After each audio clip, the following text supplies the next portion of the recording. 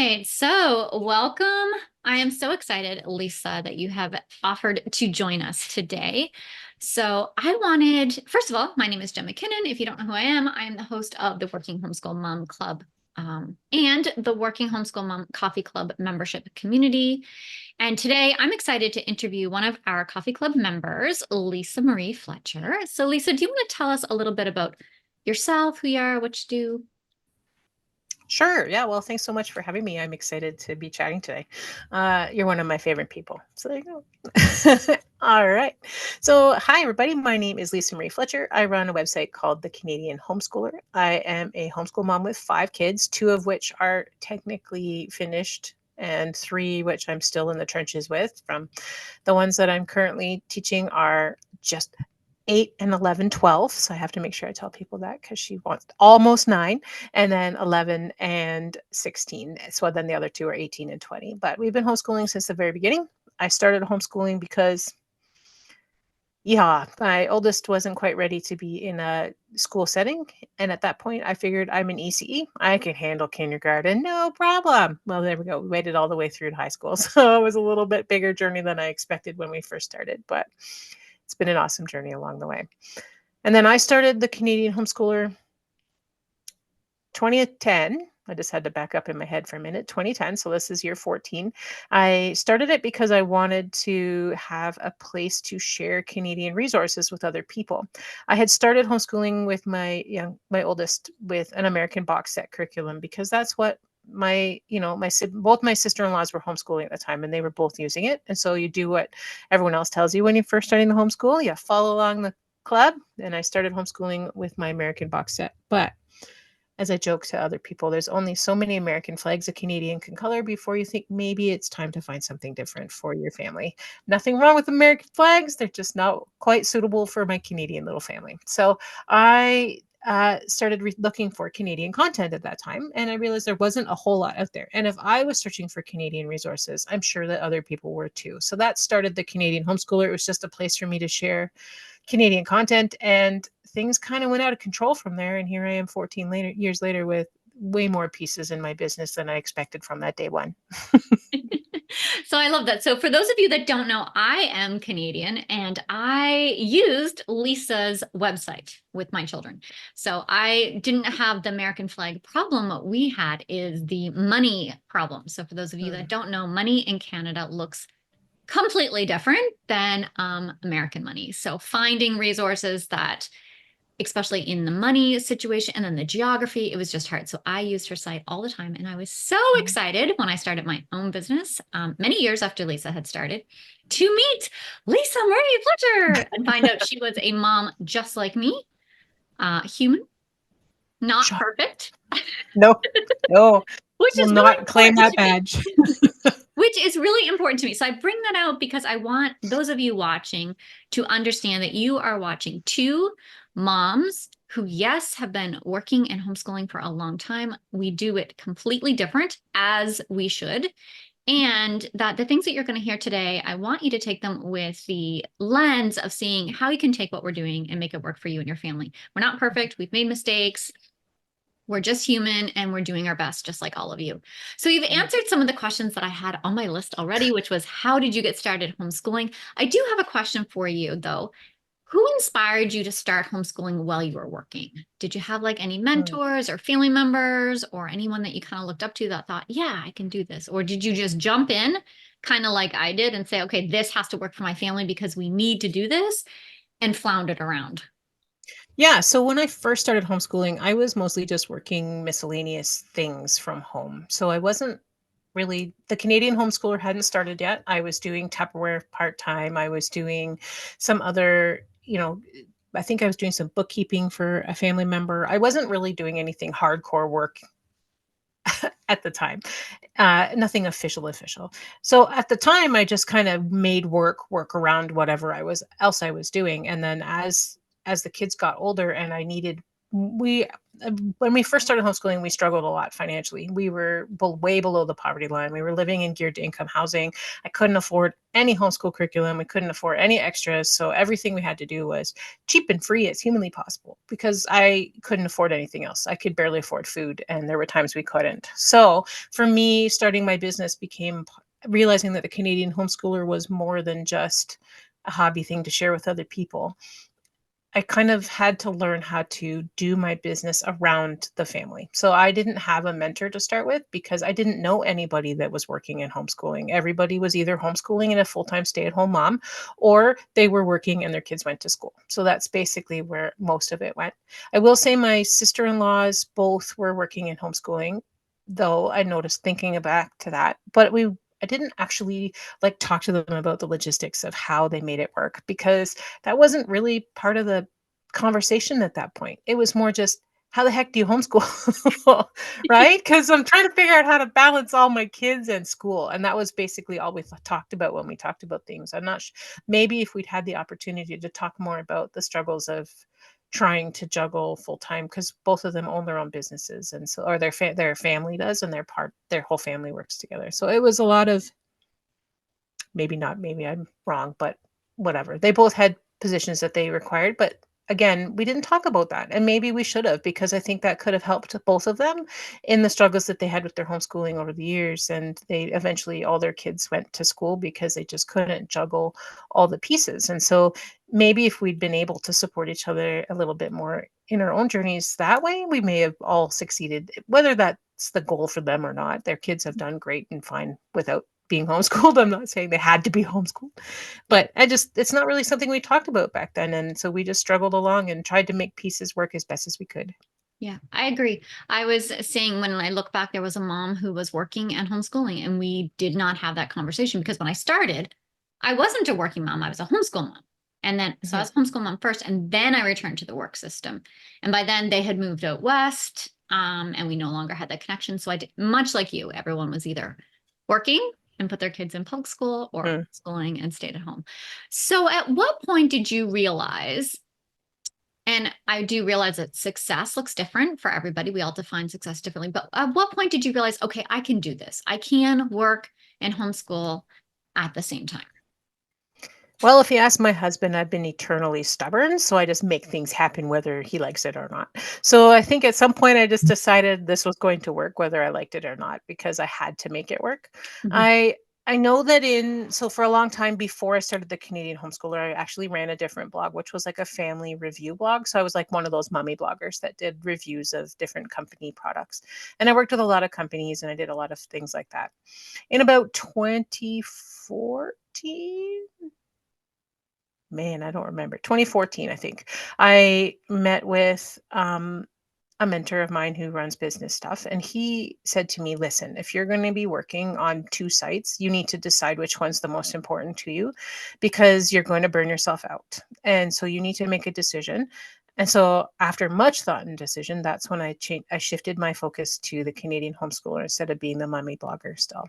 And that point was like, I need to make this work because if I'm putting all this time and energy and effort into something, I need to make sure that I'm not just taking time away from my family. I need to make sure that it's actually, at least breaking even so that it's not a waste of my life and when I should be focusing on my kids. So for me, the decision to make it work for our family was about then. That was when I turned the plan from being just a hobby thing into let's make this a business.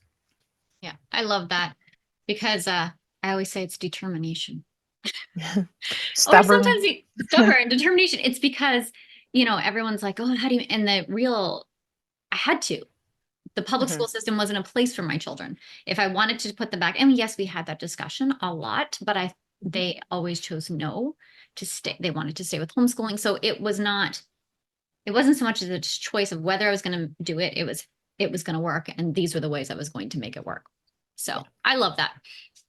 What do you think has been your most valuable skill you've developed while working in homeschooling? I'd love to say multitasking, but I'm not really sure I'm great at that. I think I am in my head. But I think for me, one of the skills that I am most proud of myself being able to do is changing hats. So it's a weird thing to say, but I think the fact that I know that I need to this my work hat's on, I'm working. And then I can flip to I have to wear my mom hat because I have to do a mom thing. And now I got to switch to my teacher hat because I got to and then I got to switch back to I think I know that's not really necessarily a super duper amazing skill, but for me being able to hop back and forth between the things that I have to do has been a really important skill for me to be comfortable with myself in. I can't say I do it fantastically, but I feel like it's skill that I've excelled in more than I thought I would. Um, and also just showing my kids that I you can do multiple things, like that you don't because my kids have seen me through the variations of the Canadian homeschooler over the years. They've seen me add things and take things away, and they see me working hard and diligently, and they want to support me and encourage me. But for me, I like being able to have them see that work takes effort. And I hope that they can see that in what I do, because my husband works out of the home. And they do know dad works really hard, and they can see that when they go visit, they can see it, but they don't see it in the day to day.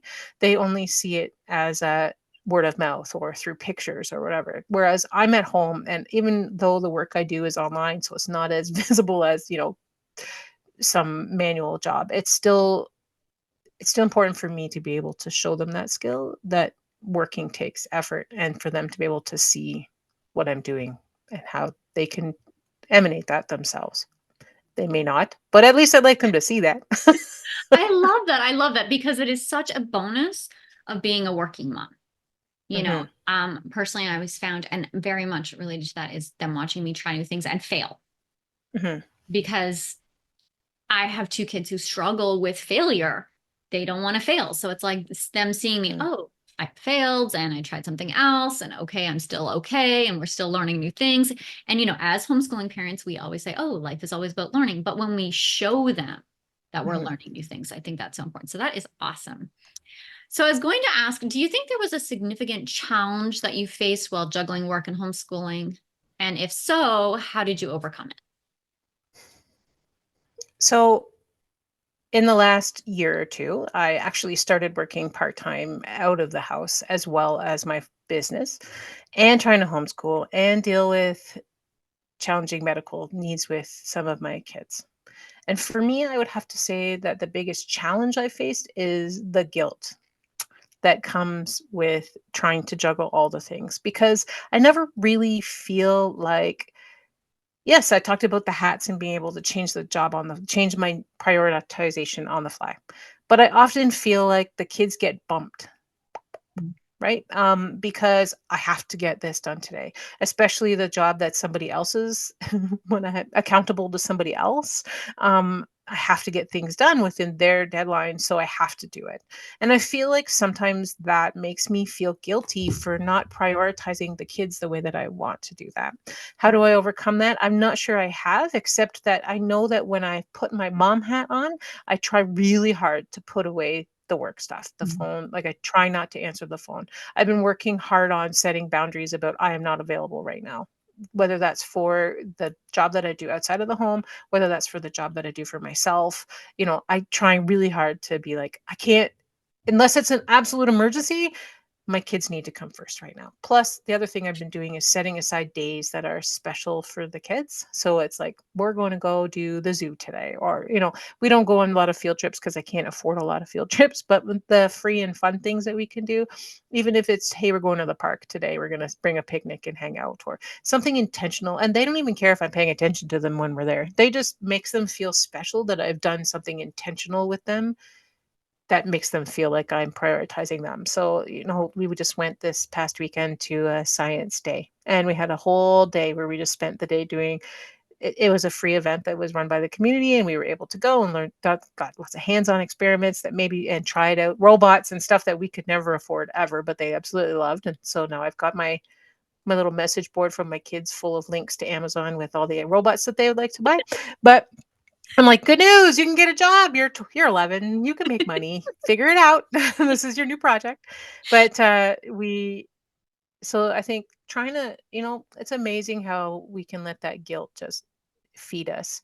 And the kids, maybe, if you notice that the kids are struggling a little bit with not having as much attention as they would like to have, just learning how to be able to make them feel important in your day instead of the bottom of the list is just something that I've been trying really hard to work on. I love that. I love that. Okay. What advice would you give to others considering starting to work and homeschool at the same time? They're just starting the Don't journey. do it. No, just kidding. Don't do it. I'm just joking. I'm joking. All right. What advice would I give to somebody who's just starting homeschooling and working? Have a plan. Mhm. I think that would be the first one. Figure out how you can fit them into the day. So if you're a work at home mom and you have the ability, maybe your kids don't get up at 5 in the morning, but you can. If you're free to work and focus for a couple of hours before the kids can work, and I know that doesn't work for everybody. So I'm not giving that as a blanket statement to get up before the kids because that doesn't work for everybody. But it does work for me right now in this stage of my life. So I do get up early and I work for 3 or 4 hours while the kids are still in bed. As long as I can stay focused, I can check off a lot of things on the list before we get started on the day. And then figure out the time block that works for your kids. So for school, and do try to keep the work separate from school if at all possible. And then have a plan for what time period works best for the kids. And then a time period that works best for the chores. I think having that kind of plan in place makes it so that it's functional for the day. I also, if you work out of the house, and then that also includes the plan is where can school fit into that plan? And are you okay with school not being like you think it's going to be? Because school, if you're not at home, is incredibly challenging to get completed in the day. Because I've discovered, after standing for 8 hours at a counter, I really don't want to stand in front of the kids or stand. Not that I'm doing the teacher thing, but I don't want to stand doing school while I'm running back and forth to check math or whatever. Mhm. So I end up doing a lot more, let's watch a video together, or let's just sit on the couch and read, and then I fall asleep while we're reading, whatever happens. One of my assistant, my friend, who's doing the podcast that I have, and I talk about it being a reading stroke because you sound like you're falling asleep and you start slurring all your words together. Mom, you're having a reading stroke. So but I think just planning out where the pieces can fit in your day and then being able to give yourself grace because this is too much for, honestly, what world has it ever been that you have to work a full-time job and raise the kids alone and do their like not alone, but raise the kids and without, I mean, alone in a sense, we don't have the village community that we've had in our historical past, right? We don't have the friends and network that we used to have. We don't have those kinds of pieces in place. So there's a lot piled on us as homeschooling parents when we work as well. Mhm. So all those pieces are heavy. And so give yourself grace because this is not an easy super mom thing. Every single working mom you see and hear, whether they give off the persona of having all the pieces together, there are definite struggles that are going to come into place. So give yourself grace for that. Yes, exactly. Okay. So, how has the Working Homeschool Mom Coffee Club membership contributed to your working and homeschooling journey? All right, great question. All right, so I love that this is a place that's just like a special community of people with the similar kind of struggles that I'm having. So I can go in there and I can ask questions uh and just even if I'm not very active in the group sometimes, it's just nice to be able to scroll through the conversations and be like, "Oh, yeah, totally understand that." And just have that kind of connection with other people because it's really hard to have a conversation about homeschooling when you don't have that same extra piece about working when it's not, it's one more thing that you can't really necessarily relate to, and the just put your kids in school.